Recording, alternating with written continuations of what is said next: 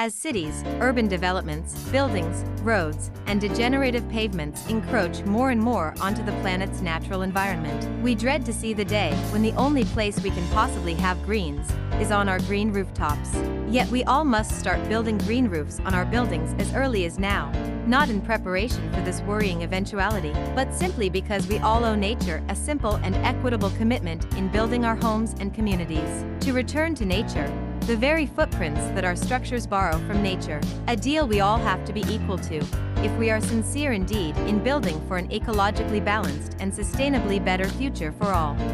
In line with this Filipino architect is doing his small part in reversing degenerative urban development.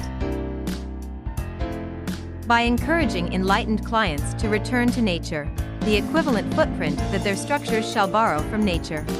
Through specialized green roofs planted with trees and native vegetation, creating biodiverse mini-forests and urban farms in the sky, and regreening surfaces that otherwise would just be hot bare roofs or pavements, allowing plant life and biodiversity to thrive with the building's landscape, because land is not meant to be inhabited by man alone.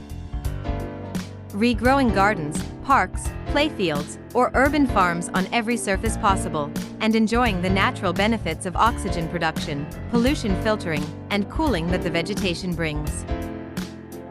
Using these greens to offer a comfortably cooled tree-shaded environment for the interiors sheltered below, and passively cooling the rooms and spaces without ever needing to buy expensive heat insulation.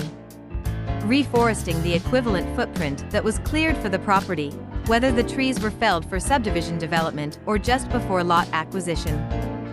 Using tested, proven, and self-innovated measures to prevent possible leaks, so commonly prevalent in most buildings, and ensuring that these well-built roofs will never rust nor fly off. Disproving the lame industry fallacy that all roof decks leak, because well-designed, well-built structures really aren't supposed to. Forcing rainwater to flow through ponds, reservoirs, waterfalls, and plant roots in planted trenches, instead of draining these life-giving resources straight to the overburdened city sewers. Mitigating storm water runoff every time it rains, and helping prevent flash floods, landslides, and soil erosion, not just for the owners but also for the neighboring community. Utilizing sunlight naturally for producing some food and oxygen, aside from the typically common use of imported solar panels for renewable power. Capping his architecture with cool roof decks that are ideal for entertainment, exercise, farming, football, and future expansion. And generating real added financial gains for owners in terms of usable, productive, and sellable GFA for the property. Designing passively cooled structures that are practical, productive, and presentable, and making a distinct difference for the benefit of nature. Uniquely eco-friendly buildings designed by architect Jericho Adriano that actually could produce some food, create fresh oxygen from CO2, filter pollution, regreen the clearings, regenerate biodiversity, harvest and utilize rainwater, delay storm surge, and cool the surroundings. Functions so aspirational for man-made structures and highly engineered buildings, yet so basic for any living plant or tree.